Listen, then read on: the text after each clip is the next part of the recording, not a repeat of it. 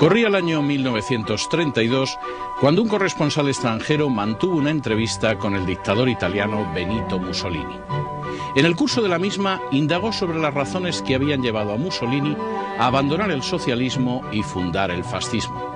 Mussolini le respondió que durante toda su vida había sido un socialista internacionalista, pero que al estallar la Gran Guerra había contemplado con estupor cómo los socialistas, en contra de lo que habían proclamado durante décadas, defendían a sus países respectivos y abandonaban el internacionalismo. También él había atravesado esa experiencia y se había convertido de socialista internacionalista a socialista nacionalista. Precisamente eso era el fascismo, un socialismo nacionalista. La definición era una peculiaridad más en la vida de un personaje que en una época provocó la admiración de seres como Mahatma Gandhi y en otra hundió a Italia en la destrucción. La historia, no nos cansaremos de decirlo, tiene esas paradojas.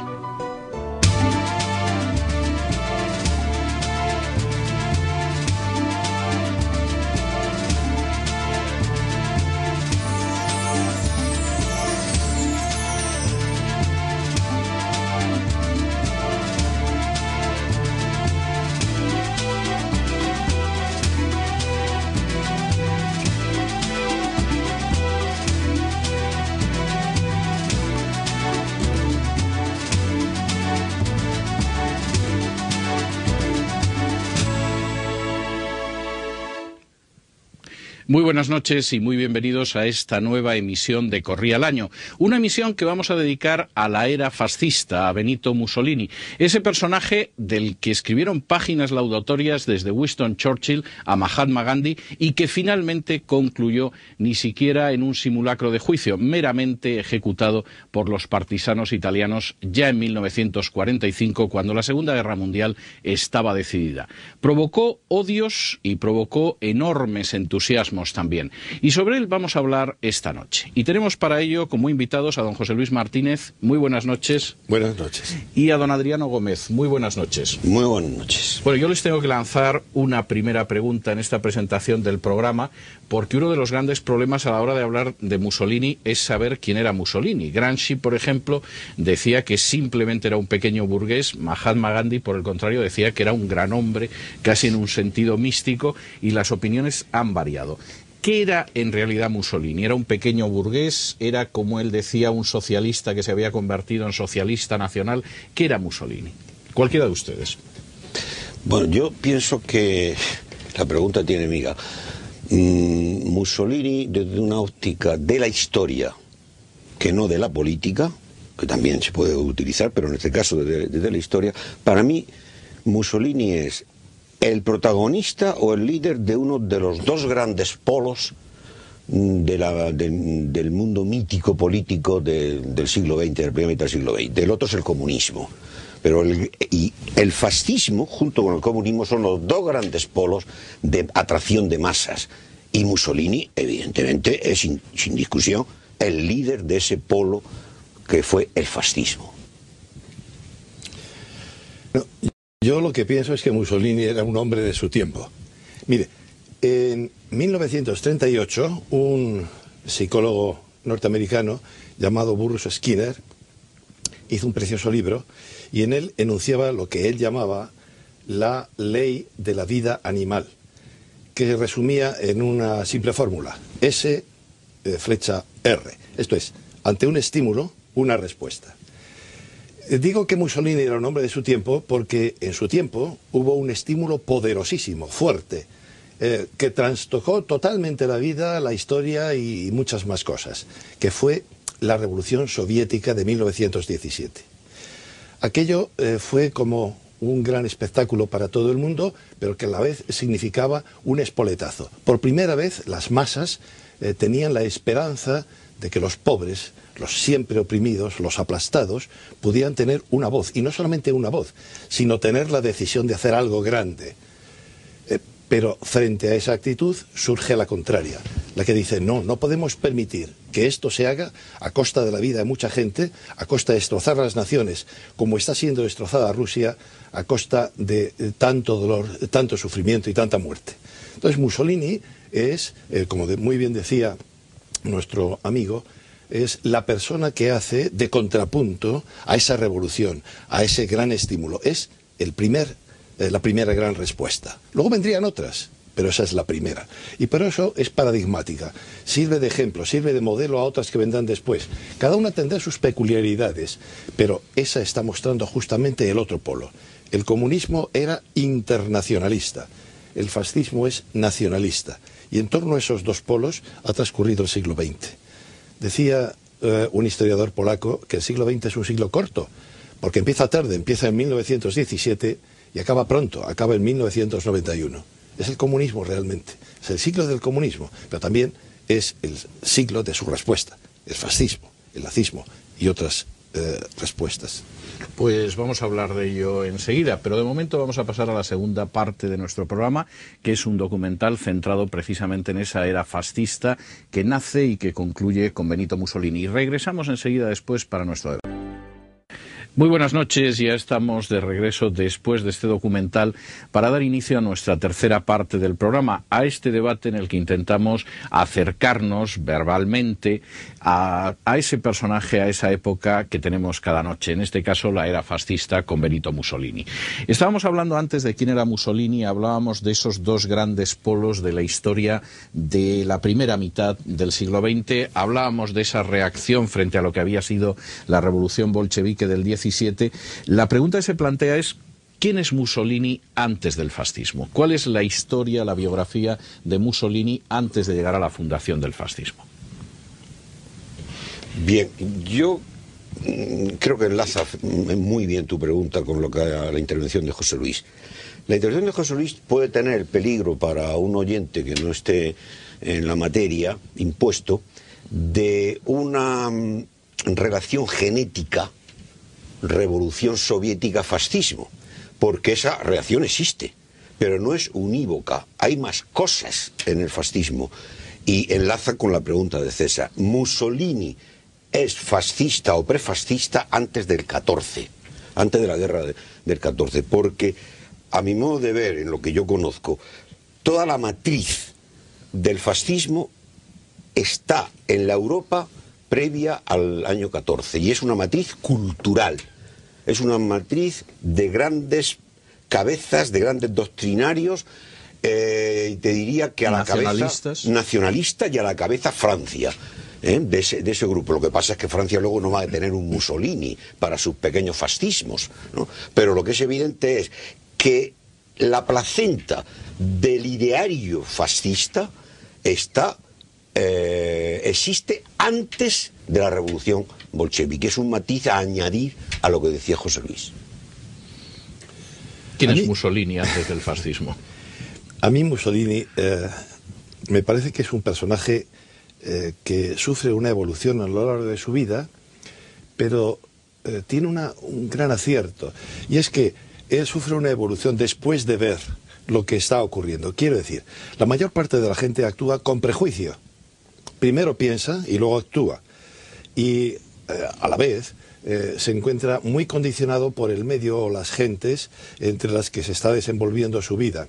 En el caso de Mussolini me parece que es un hombre que sigue los acontecimientos, pero que no es un simple chaquetero, es un algo, lo que resuelve la guerra, lo que revuelve dentro de él la Primera Guerra Mundial, que le hace darse cuenta de que la sangre que se está derramando junto a él son amigos suyos, son compañeros suyos, son camaradas, son gente que como él procede de determinados lugares y que tiene su mismo pensamiento, su misma cultura. A mí el nacionalismo me parece algo absolutamente normal, quiero decir, con el lenguaje de hoy, algo ecológico. A ver si me explico. Creo que en torno a 1830-40, un médico inglés que estaba sirviendo en el ejército de la India, pues el ejército que había en aquel momento, porque hasta pocos años después no se puede decir que la India sea un dominio británico propiamente, sino solamente era de la Compañía de las Indias.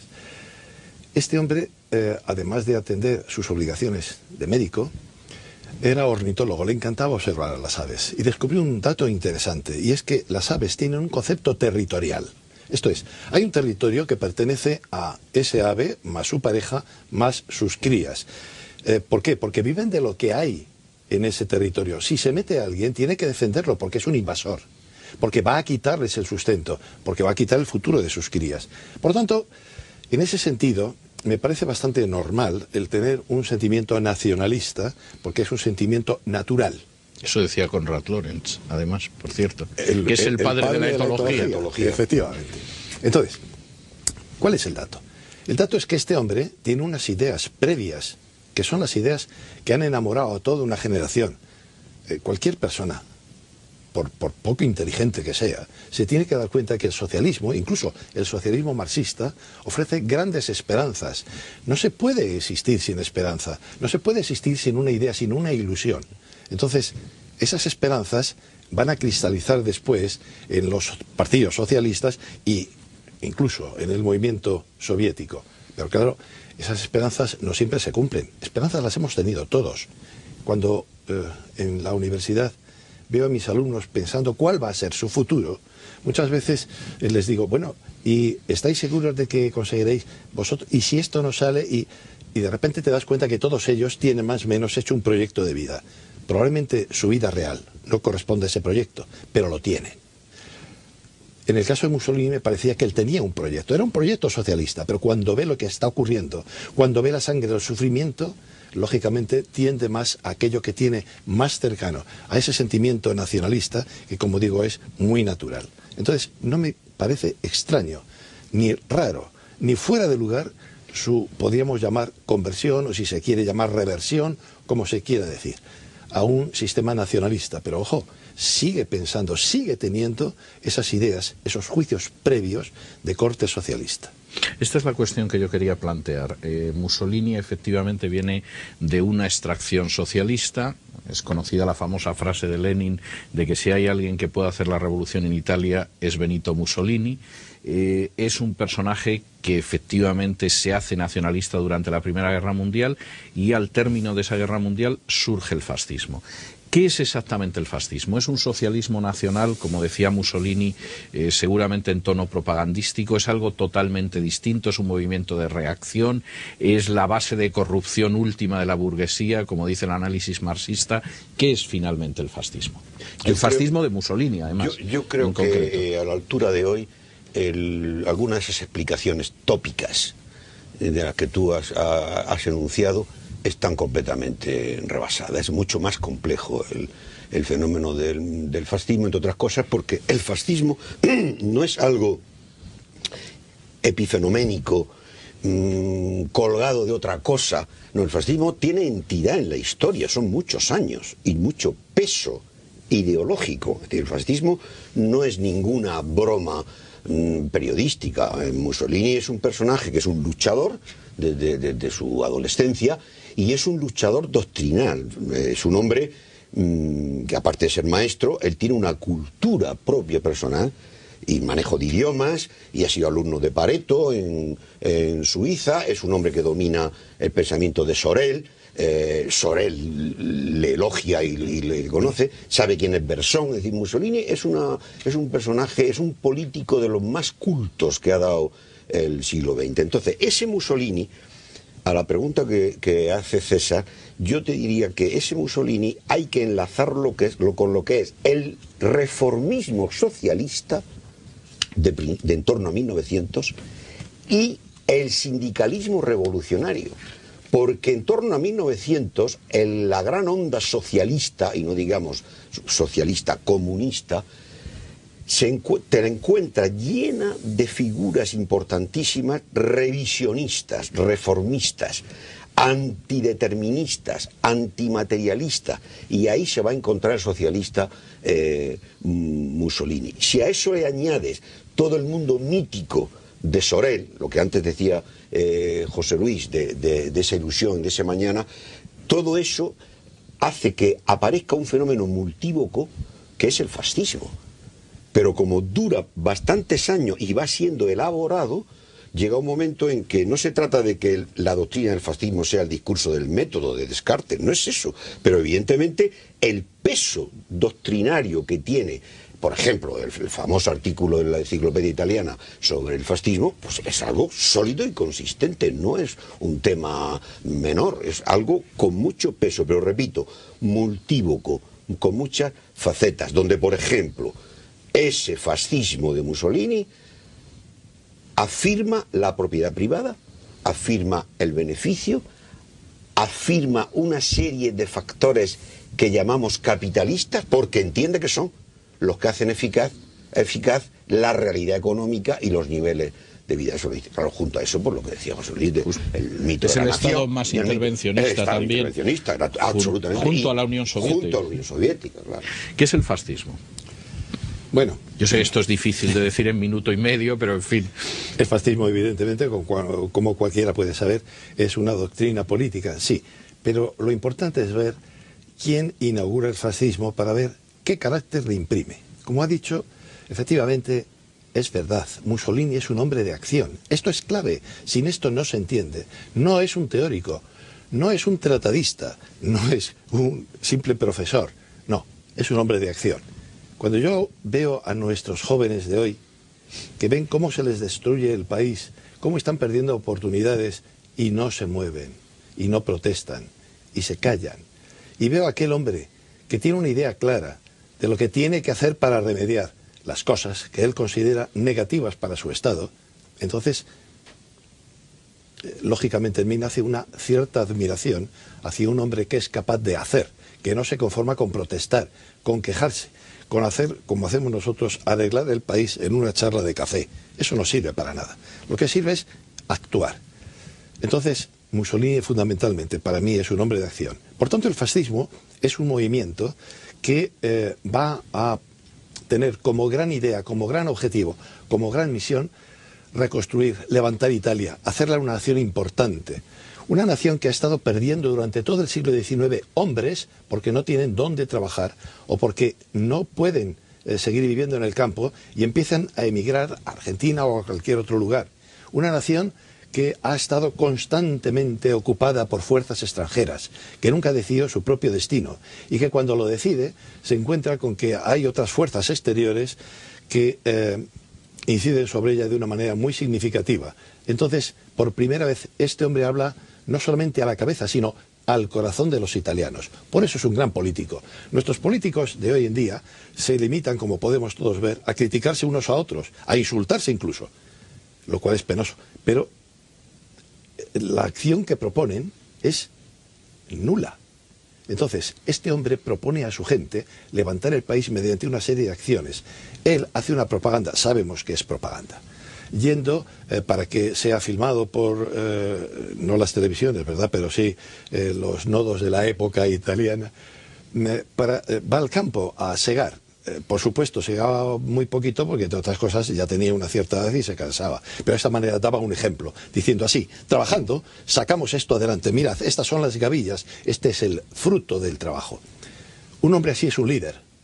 Quizá en nuestro mundo, donde faltan los líderes, sea un hombre, digamos, digno de encomio, digno de aplauso y digno de respeto, por lo menos respeto. Se podrá estar o no de acuerdo con sus ideas, con sus prácticas, pero por lo menos lo que no se le puede negar es coraje y capacidad suficiente como para llevar un país adelante. Por eso digo, para mí ante todo y sobre todo, Mussolini es un líder, pero de verdad.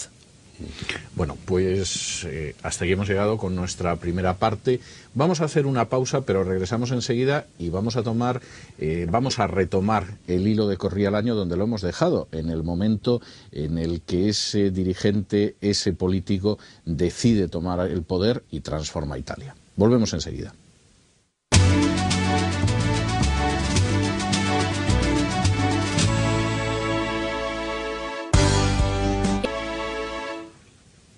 Muy buenas noches, estamos de regreso y continuamos con nuestro debate con el tema de hoy, la era fascista y Benito Mussolini. Nos habíamos quedado en ese momento en que intentábamos acotar lo que era el fascismo, acotar lo que era Mussolini. Mussolini llega al poder de una manera prácticamente incruenta, con esa famosa marcha de Roma, llega con una monarquía parlamentaria y en poco tiempo mantiene la monarquía y consigue convertir esa monarquía parlamentaria en una dictadura fascista que tiene un rey, lo cual no deja de ser algo muy peculiar. Y además es curioso que lo hace con una represión muy limitada si se compara, por ejemplo, con lo que había sido la represión y seguía siendo en la Unión Soviética o lo que luego sería la represión en la Alemania nacionalsocialista. ¿Cómo se impone Mussolini? ¿Qué le permite a Mussolini llegar al poder y, sobre todo, poder mantenerse en el poder con una represión que es muy limitada si se compara con las de otras dictaduras de la época? Dice Madariaga que los fascismos emergen de la charca de la desilusión. E históricamente, si lanzas la mirada a lo que es la Italia del año 21, año 22, bueno, aquello ya no es que sea desilusión, aquello es un desastre. Entonces, el único elemento que surge con potencia, ya no latente, sino una potencia real, es el mundo riquísimo de atracción, de fascinación de los camisas negras de Mussolini. Para mí eso es evidente, que desde el Papa a lo que diríamos nosotros poderes fácticos, llegan a la conclusión de que no hay más salida que la de este hombre, que es Benito Mussolini. Y además, Benito Mussolini, cuando la marcha sobre Roma, es muy importante el ver que muchos de sus compañeros que venían desde antes del 14 de Milán, trabajando en el fascismo, tienen una catadura y una categoría política indiscutible. Perdóname si te corto la sistemática tuya, pero esta mañana he estado mirando en un plano urbano de Chicago una curiosidad que tiene que ver con tu programa, y es si existe en Chicago hoy una calle dedicada a un compañero de Mussolini, a Italo Balbo, su ministro del aire. Está. ¿Por qué le dedica Chicago una calle a Italo Balbo? Porque en el verano del 33, en el momento de dorado de la era fascista, Balbo, en una operación propagandística extraordinaria, cruza el Atlántico Norte con unos saboyas, un escuadrón de Saboya, y toca Chicago, y en el lago Michigan llegan los Saboya. Hay 1,5 millones de americanos en las calles de Chicago aplaudiendo la Italia de Mussolini e Italo Balbo. La Séptima Avenida se le cambia el nombre y se le pone Balbo Drive, que es lo que esta mañana he estado viendo en el mapa de Chicago. Pasan a Nueva York. En Nueva York es otro 1,5 millones en la Quinta Avenida. Los recibe Roosevelt en la Casa Blanca a Balbo. O sea, es un fenómeno que la era fascista no solo es la cronología de la propaganda de Mussolini, primer año de la era fascista, segundo año, no, sino que históricamente hay una era fascista, porque los fascismos son muchos. Tú lo hablabas al inicio. Sí, lo vamos e intentaremos abordarlo. Sí, en nuestros días, cuando uno habla del fascismo, inmediatamente surge la duda en quien le escucha. ¿Será este un propagandista de los fachas? El problema es que en nuestros días el fascismo ha sido tan denostado que evidentemente se le ve solo como algo negativo. Pero veamos las cosas como las cosas son en sí. En principio, el utilizar el fascismo como insulto es una cosa que hace Lenin. Pero claro, tampoco nos tiene que extrañar. Lenin había insultado como socialdemócrata a los que no pensaban como él, porque en su boca era un auténtico insulto. El fascismo era una ideología, sí, pero sobre todo era una práctica de gobierno. Y esa práctica era muy respetada en su tiempo, muy respetada. En nuestros días parece que, como en la guerra, entra al lado de Hitler, es tan malo como Hitler. No. Mussolini era el gran amigo, la gran esperanza de muchas democracias occidentales. De hecho, todo el mundo confía en que quizás sea él el que sea capaz de detener a Hitler. Especialmente en Austria. Efectivamente. De hecho, cuando Hitler ocupa Austria, su tierra, porque él era austriaco, no alemán, pues el que moviliza sus tropas a la frontera... El único. Claro, el único estadista. Efectivamente. El único que moviliza las tropas, como muy bien dice Adriano, es justamente Mussolini. Y Mussolini es el hombre que no es demócrata, lo dice él, lo sabe todo el mundo, pero es el hombre en el que confían las democracias. ¿Por qué? Porque ha sido el único hombre capaz de frenar el comunismo, que es el coco de la época, es el miedo. Entonces, a ese hombre... lógicamente todo el mundo le tiene un enorme respeto. Si en nuestros días le dijésemos esto a la gente, al gran público, el gran público se echaría las manos a la cabeza y dice, pero ¿qué me está usted diciendo? Pero es que no saben que esa es la realidad. Era un hombre respetado, admirado, querido. Tiene entonces un error, un único error en su política exterior, y es la toma de Abisinia, porque mientras él se metió en Libia nadie dijo gran cosa. Lo de Abisinia sí fue bastante duro. Entonces, su condena por parte de la ONU, la Sociedad de Naciones. La Sociedad de Naciones. Que es el antecedente de la ONU, sí. Su condena por parte de la Sociedad de Naciones, su condena por parte de los estados, digamos, serios, librepensadores de la época, es lo que echa en manos de Hitler. Porque le van a negar el pan y la sal.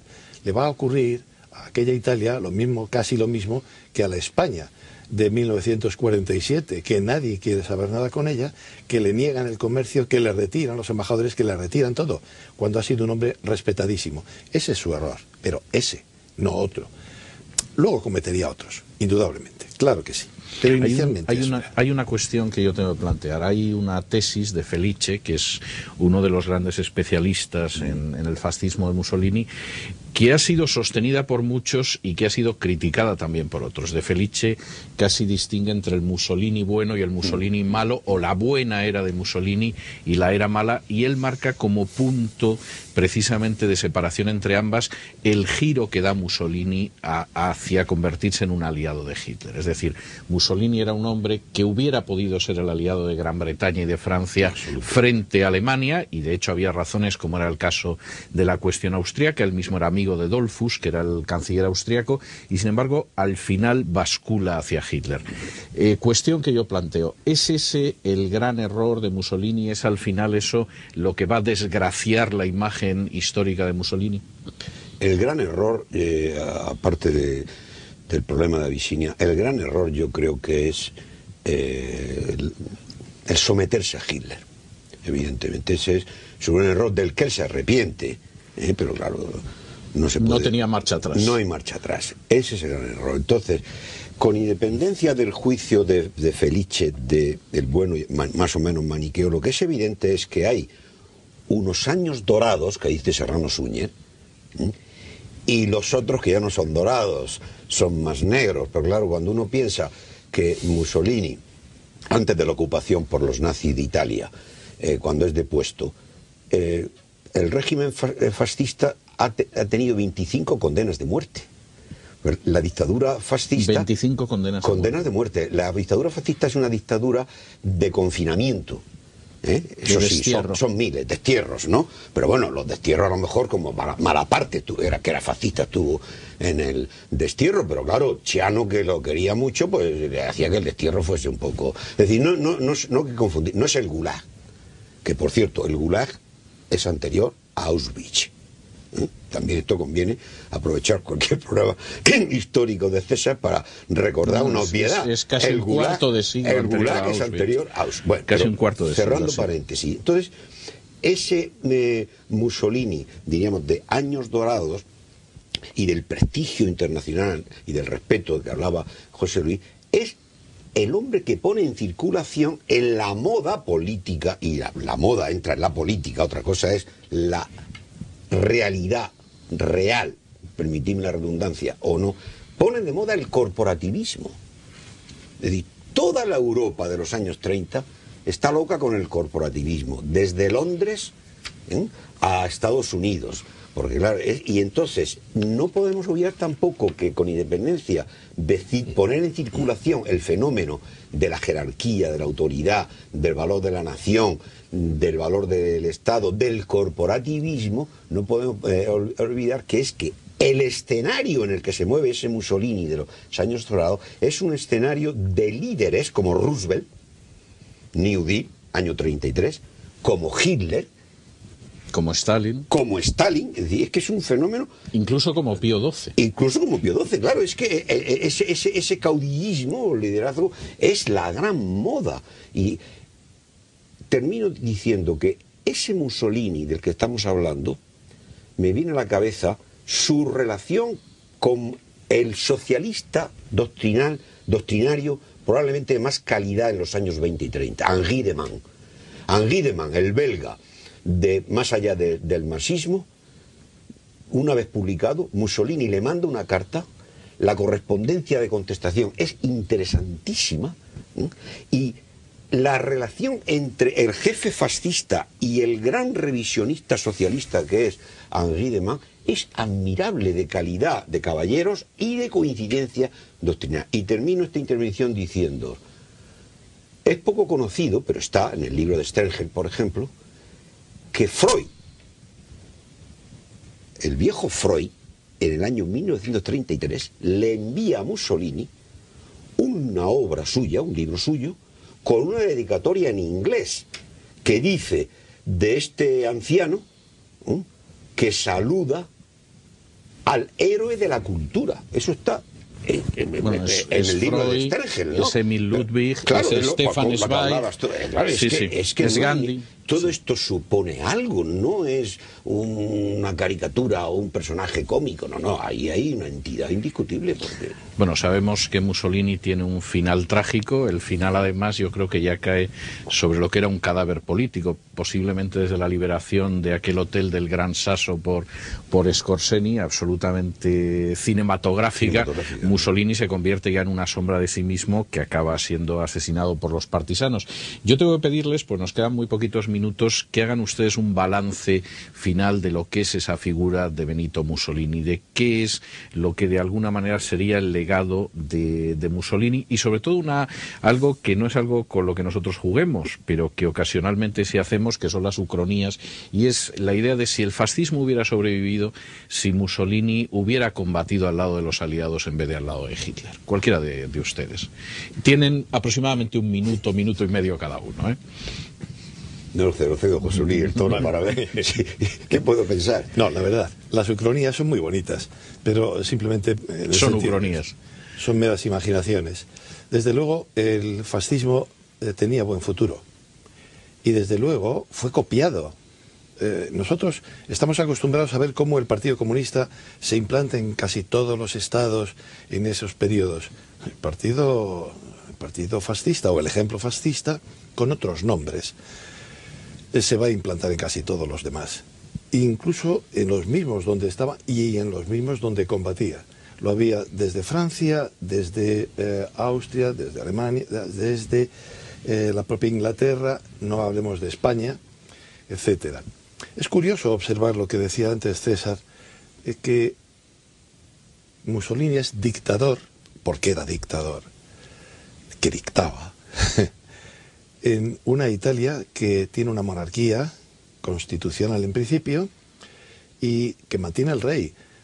No es de extrañar, por tanto, el famoso saludo o la presentación que cuando Alfonso XIII va a Italia dice: este es mi Mussolini, refiriéndose a don Miguel Primo de Rivera, el padre de José Antonio. Desde luego, yo creo que el fascismo hubiese tenido un gran futuro, tanto o más que el comunismo. Y respecto al comunismo, todos sabemos que elecciones no ha ganado muchas, pero importancia ha tenido demasiada. Y esto es un hecho evidente. No importa si se es de derechas o si se es de izquierdas, si se es comunista o se es fascista, pero evidentemente son dos fenómenos importantes. Lo que pasa es que hay un hecho real, y el hecho real, al margen de ucronías, es que Mussolini está en el bando de los que pierden la guerra. Y los que pierden siempre son los malos, por principio. Claro, lógicamente, a partir de ahí, todo insulto está justificado. Yo creo, César, que Mussolini es un tabú, y el fascismo es un tabú. La repercusión para la nación italiana probablemente haya sido menor, bueno, mayor desde un punto de vista a la contra, pero diríamos el paso del fascismo por Italia después del 45 yo lo veo más reducido que la influencia, sin mentar el nombre demonizado de fascismo, en los fenómenos neocorporativistas de intentar conciliar los factores de producción. Es decir, es muy curioso cómo en el sistema capitalista, que es el único que funciona y que conocemos desde hace unos años, en el sistema capitalista, de maneras distintas podemos observar fenómenos de conciliación de intereses opuestos a través de grandes cuerpos. Bueno, eso que se llama por la politología neocorporativismo, arranca de Mussolini, aunque no pudiera cuajar en los pocos años que tuvo. Eso es lo que a mí me parece más importante.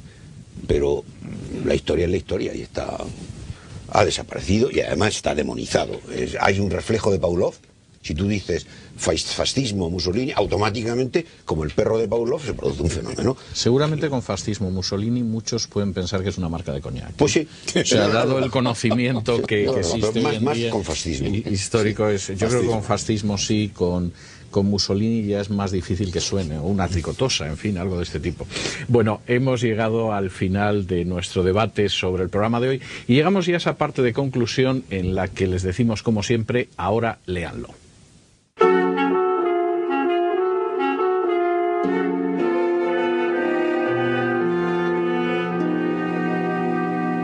Y el primer libro que queremos recomendarles es un libro de época, porque de hecho lo escribió el propio Mussolini y se titula El espíritu de la revolución fascista. Libro que no solamente es accesible, sino que además tiene en el caso español una anécdota curiosa. Su prólogo lo escribió Eugenio d'Ors y desde luego es un prólogo absolutamente laudatorio y demuestra mucho de cuál fue esa influencia de Mussolini que tronchó la guerra mundial, pero que en cualquier caso fue extraordinaria durante los años 20, 30 e incluso inicios de los 40. El segundo libro es una de las biografías que nos parecía interesante de Mussolini. Duce Duce no es la única biografía que podríamos recomendarles. De hecho, en castellano se han publicado en los últimos años varias biografías muy interesantes. Esta de Richard Collier yo diría que añade al rigor una enorme amenidad y pretende en la medida de lo posible acercarse de manera imparcial a un personaje como Mussolini, resaltando lo que pudieron ser sus logros y al mismo tiempo también lo que fueron sus grandes errores. Y con esto llegamos al final de nuestro programa de Corría el Año de esta noche. Nos volveremos a ver enseguida y desde luego esperamos que una vez más hayan podido comprobar ustedes que la historia es sugestiva, es atractiva e incluso es apasionante. Muy buenas noches.